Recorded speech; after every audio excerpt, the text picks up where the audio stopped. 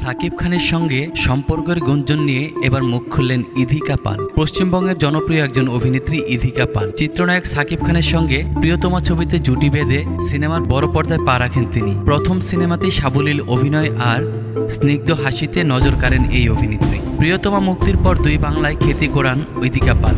তবে সিনেমাটি মুক্তির পর গুঞ্জন উঠেছিল সাকিব খানের সাথে তার নাকি প্রেমের সম্পর্ক রয়েছে। এবার বিষয়টি নিয়ে মুখ খুলেছেন এই অভিনেত্রী। ভারতীয় গণমাধ্যমের এক সাক্ষাৎকারে তিনি বলেন, যাদের বিপরীতে অভিনয় করেছি সবার সঙ্গেই তো সম্পর্ক আছে। আমাকে কেউ কেউ এত ভালোবাসেন তাই হয়তো আমাকে নিয়ে বেশি ভেবে ফেলছেন। আসলে আমাকে নিয়ে কোনো গঠনমূলক আলোচনা শুনলে আমি সেটা নিয়ে ভাবি, কিন্তু এই ধরনের রটনায় কান দিয়ে মানসিক শান্তিতে প্রভাব ফেলতে দিলে কাজ করব কখন। এ সময় ইধিকার কাছে জানতে চাওয়া হয় এই মুহূর্তে তার রিলেশনশিপ স্ট্যাটাস ঠিক কি। জবাবে তিনি বলেন, আমাকে সত্যি যারা ভালোবাসেন তাদের উদ্দেশ্যে বলি, আমি কিন্তু একেবারে সিঙ্গেল। প্রসঙ্গত, প্রিয়তমার সাফল্যের পর এই জুটিকে নিয়ে বরবাদ সিনেমা নির্মাণ করেছেন পরিচালক মেহেদী হাসান হৃদয়। চলতি বছরের অক্টোবরে সিনেমাটির বড় অংশের শুটিং হয়েছে মুম্বাইয়ে। সবকিছু ঠিকঠাক থাকলে 2025 সালের ঈদ উল ফিতরে বাংলাদেশ সহ বিশ্বব্যাপী মুক্তি পাবে এই সিনেমাটি।